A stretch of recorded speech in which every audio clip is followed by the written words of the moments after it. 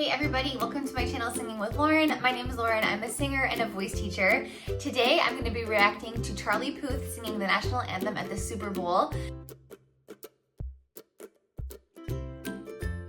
I did not tune into the first part of the Super Bowl, so I missed this. Of course, I saw Bad Bunny's amazing performance.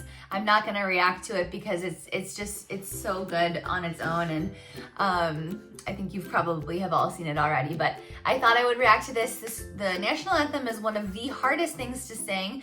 I have not listened to it yet, as I said, but I am really happy to see that he sang it with a piano, because I think everyone tries to sing it a cappella and it really can cause some problems. So I'm due with my first baby any day now, so I'm trying to get a little bit ahead on content for you guys, so you'll have at least some videos while I'm on my maternity leave. So we'll see how far we get recording, but they'll definitely have this one.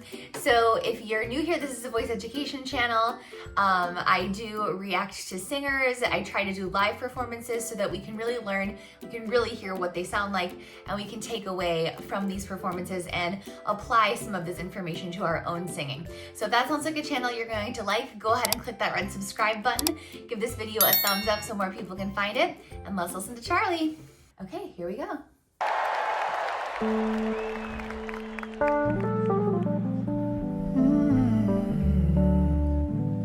Oh, say, can you see by the dawn's early light what surrounding me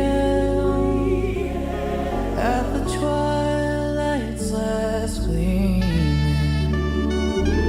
whose broad stripes. Okay, awesome. I didn't realize that there was going to be an orchestra behind him and a choir, so that's really cool. He has such a smooth, gentle voice. I just love it. It's so silky. He really sings the legato lines so well for a pop singer. Legato means smooth and connected, right? And a lot of times in pop music, we're hearing such short phrasing that it is really hard to feel that smooth, connected pull. Pull as in that we're not singing in a choppy manner. We're really staying connected to our breath and our voice while we sing. So I love that. I'm surprised what a high key he picked. He's already probably in the upper half of his voice. Of course, he does have a high voice. But anyway, so that's awesome. And I definitely can tell he pulled out his earpiece almost right away because he was having trouble hearing himself. But I think the choir behind him and also having the piano with him is helping him, because remember, when you're in this gigantic of a space, the audience is hearing the singing 2 to 3 seconds after you have sung it. So if you get behind, if you start listening to what you're hearing all around you, like you were in your bedroom or your bathroom, guess what? You're going to be behind so quickly. So it's really nice that he also has a conductor there. I feel like they really set him up. I don't know, how much of the production he controlled versus the game runners. But I really feel that he is set up for success here, and we already have a really solid start to the song. And bright stars through the perilous fire. Okay, I actually just realized that's a ASL interpreter. It's not a conductor. But he is so emphatic with his signing that I thought he was the conductor. So whoops, my bad. Let's keep going. Oh, the ramparts we won were so gallantly streaming,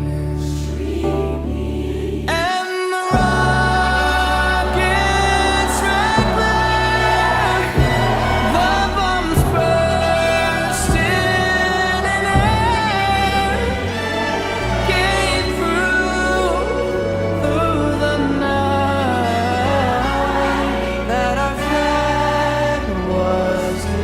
thing.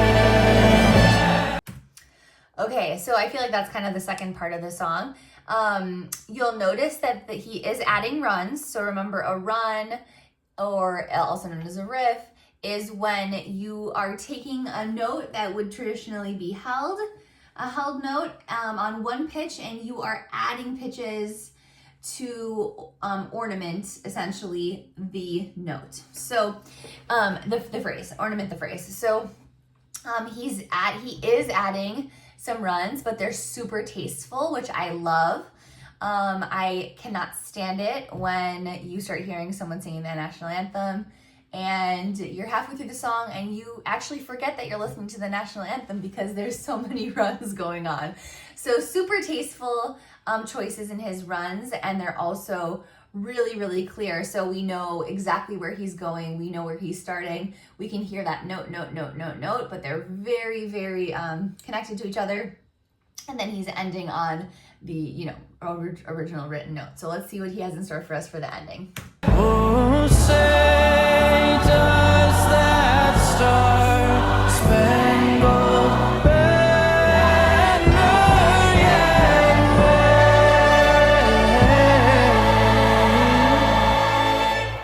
o'er the land of the free and the home of the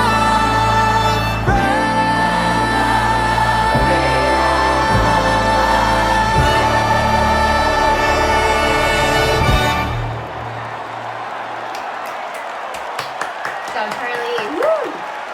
Oh, wow, that was awesome. So, such a good national anthem, probably one of the better ones I've heard in the last 5 to 10 years. And one of the things I really want you to notice is he really prepped his mouth for that last brave, and also with the free. Like, so you can see he dropped his jaw. He was not tight, and he had a lot of that tall height. And the crazy thing about this song is that even when pop singers have to sing it, they do have to lean a little bit more classical, right? Because if they sing it too poppy, it usually comes off as flat, and it doesn't really come off as grandiose, right? So I feel like this was a perfect combination of, it's obviously he's a pop singer, it sounded a little poppy, but he did implement some of those more traditional classical vocal techniques to really get the biggest sound out of his body that he could, and so that he could be heard. And then lastly, there also was a conductor. Okay, I was getting confused with who was the conductor, who was the ASL interpreter, but there was both. So there was a conductor behind him with the little band. And then I never saw where the choir was, so maybe they were a little bit more off camera. But anyway, really, really great national anthem. We can all learn something from it. I think the biggest takeaway here is that you need to set yourself up for success if you're going to sing the national anthem. I cannot tell you how many of my students have prepared for the national anthem, and a week or two before their performance, I ask them, how are you going to get your starting notes for your a cappella national anthem? And they tell me, oh, I'm just going to find it. I'm just going to pick a note. Wrong answer. You cannot pick a note out of thin air unless you have perfect pitch or extremely good relative pitch. You need to bring a pitch pipe, or you need to bring your phone and play that note for yourself before you start. Obviously, he had a accompaniment with his own piano and also the orchestra behind him. So there was no question about what note he was going to start on. He knew what key he was in. But if it's just you, as in most cases it will be, just be you. You need to have that starting note so that you can make sure by the time that you get to the high note at the end, you're golden. Okay guys, thank you so much for joining me today to analyze this Charlie Puth performance of the national anthem at the Super Bowl. I hope you learned something. If you liked this video, click that red subscribe button, give this video a thumbs up, leave me any recommendations for reactions in the comments below. I'd love to hear from you, and we'll chat soon.